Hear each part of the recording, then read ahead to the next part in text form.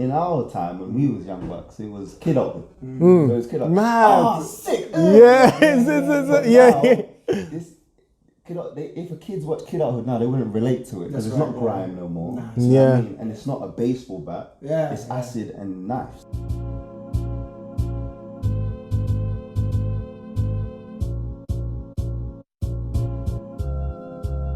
What's going on, people? So, first of all, I want to give a big shout out to my boy Tony for allowing us to come down and use his space, Tone's Coffee Shop.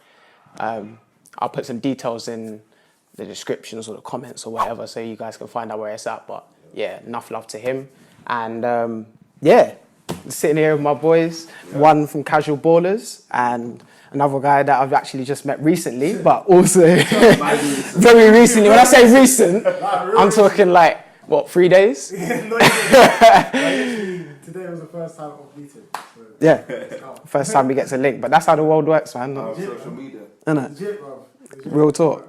So the general topic for what we want to discuss today is kind of the effects of culture in film, television, media, and I wanted to bring both of you guys on board because I know Ash, you do Casual Ballers. You're working with a sporting environment as a black leader, as a manager. You know what I mean? So I wanted to get your perspective, and same way. Do you know what I mean? Like, because when you're creative and you're in control of the reins, I feel like you have a certain unique perspective on things. Do you know what I mean? So let me pose a question to you first, bro, because I said we've been working together for a little while, and I've already seen in a short phase of time your development, where you've got to. But like, tell me some of your experiences and kind of like the challenges of what it's like genuinely doing it day to day. Well, to be honest, it's more of a positive on my side. In my spectrum and the things that I do with youth development and bits like that, and the specific demographic that I choose to work with and that I try and impact, it works really well. Being black and being really relatable to them. That's what it is. Because the boys they relate to me so much. I speak like them, right. I walk like them. Yeah. My car's not mad crazy, but it's a car that they would love to have. Right, I mean? Just even little bits like that, and like they've never seen me like outside of Casual Ballers clothes, but I'm sure if they see me outside of Casual Ballers clothes, I'd have clothes that they'd want to have. And then it sort of gives me that sort of platform already to just speak to them in a certain way. Right. So mine is more about relationships, and where being ethnic and in that leadership sort of role, this actually just works really well, man. Really well for me.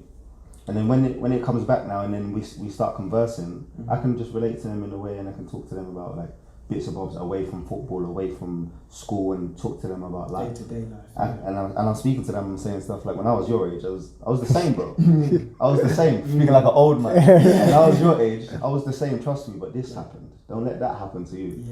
Whereas if somebody that doesn't look like them, talk like them, says it, it's not going to have the same impact. It's that relatability, and that's what it kind of goes back to. I mean, my personal experiences, I've realised that relatability is so key. Oh my 100, man. Like, if you can't relate to the individual you're trying to educate, you might as well forget about it. Yeah, because you can sense it. You can sense the look on their face when they're looking at you. They're completely disinterested. There's just a complete block in front, and it's just like you might as well be talking to a brick wall. There's no point. Yeah. You know what I mean? And some people think like empathy will get the job done. It might do, but relatability is way more powerful. Because empathy is saying, I'm not from your area, but let me try and put myself in your shoes. The key word is try. But relatability is, I've actually been in your shoes, and you're going to listen to me because I've been in your shoes. It's way more powerful. So in terms of like that sort of thing in my element, in my craft, it's actually really powerful, man. And has that helped you definitely do you find that has allowed you to have more success in what you're doing overall? I think so. I think it's a big selling point. I think it's a massive selling point.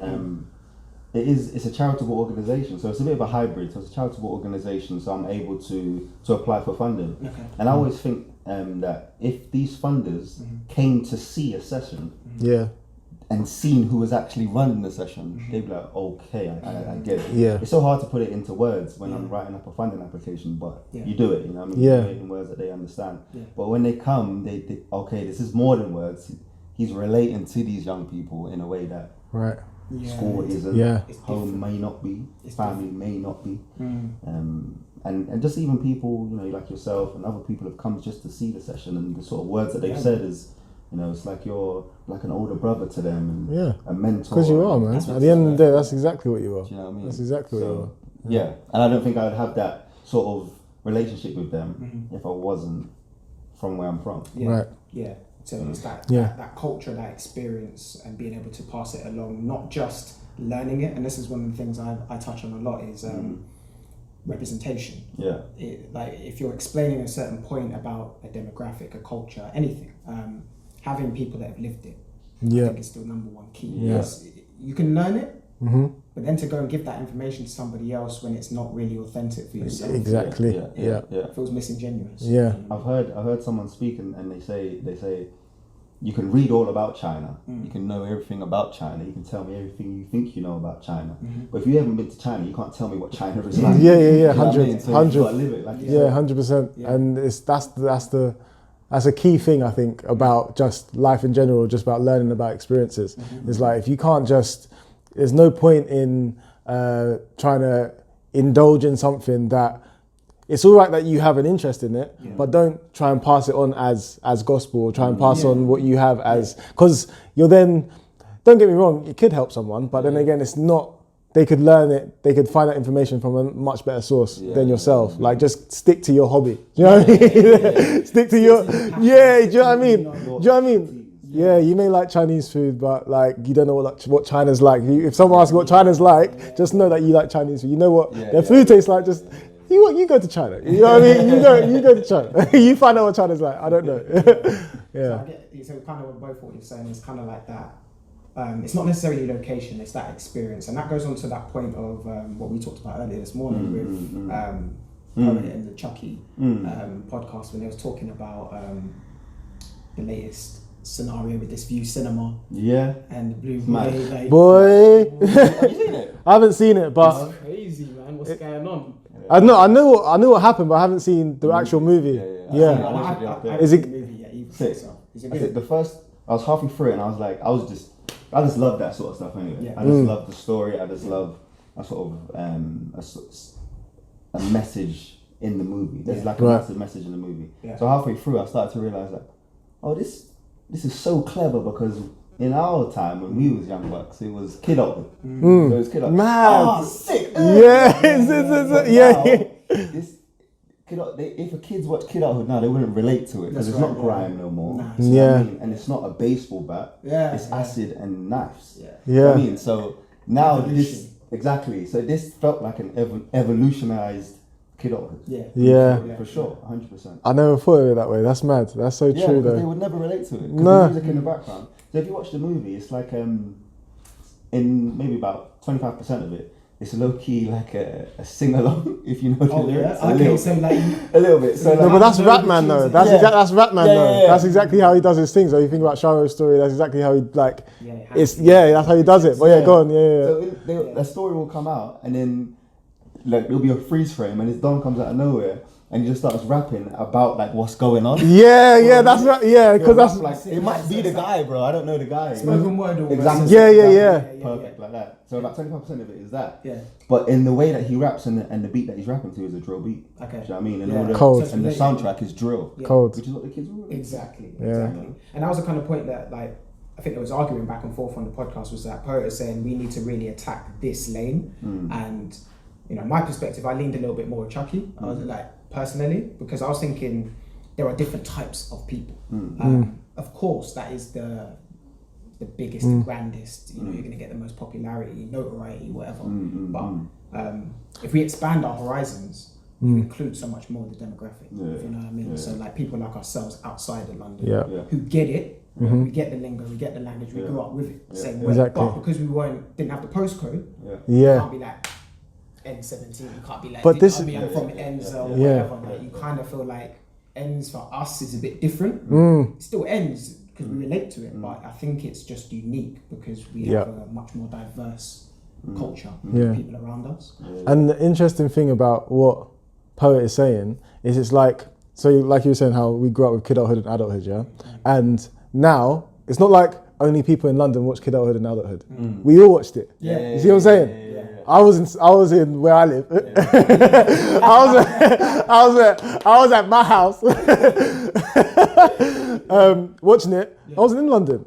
There's people in Birmingham. There's people in, and if you're really realizing now, there are our generation. There are the rude boys in those areas because of that, and maybe because they didn't have the story of a love story of just boys just chilling. Do you know what I mean? Or just, do you know what I mean? Just like a dialogue story. It doesn't have to be knives and it could just be a dialogue of, do you remember Attack the Block? With John Boyega, with the aliens. That was live. The movie was sick.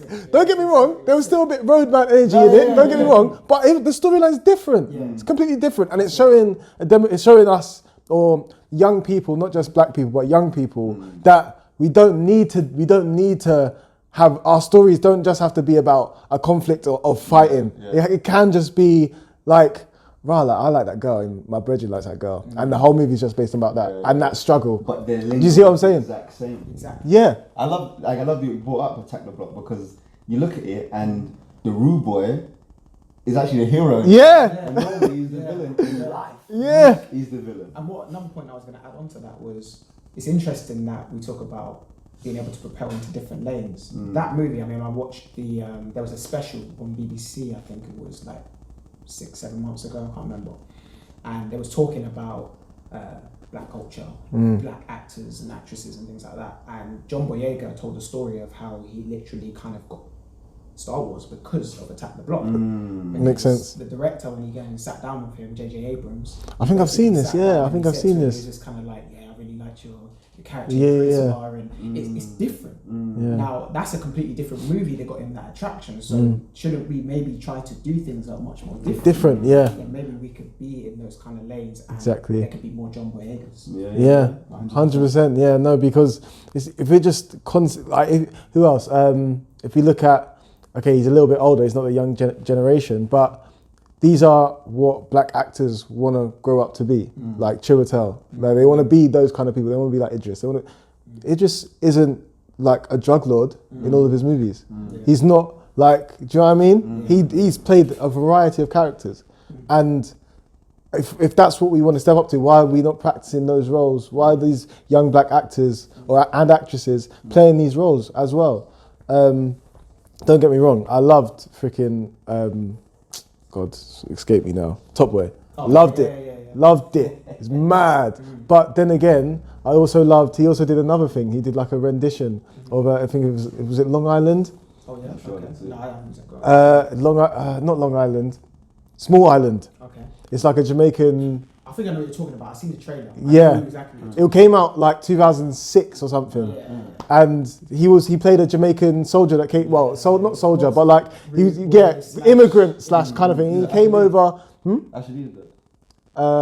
Ashley Waters. Yeah. So he came over as like I think he's just an immigrant, but I think he was in the army type thing. And he just came over, and it's just a different story. It's a different person. A different perspective. Because there's a lot of similarities within us when we're here in the UK, but you forget that we've emigrated from a lot of different countries, and there's so much different culture from that. You know, for example, for me, I'm full Caribbean, so for me, it's very much 100% the Caribbean. Do you know what I'm saying? We have this. We of course know our heritage goes back to Africa, but that's such a far disconnect for some of us. So for me, it's Jamaica, Barbados. You know, like those are the main. Family, the islands, should I say that? We're sort of saying that why do we need to glamorize sort of like this ends and rude boys sort of? But do you think they earn their stripes that way? I think that it's very important. Who owns their stripes? Who owns their stripes? Because if you look at it like Ashley Waters, he came up in So Solid Crew, where that was the lyrics were sort of that way inclined. Do you know what I mean? And his first sort of roles were sort of in that sort of genre.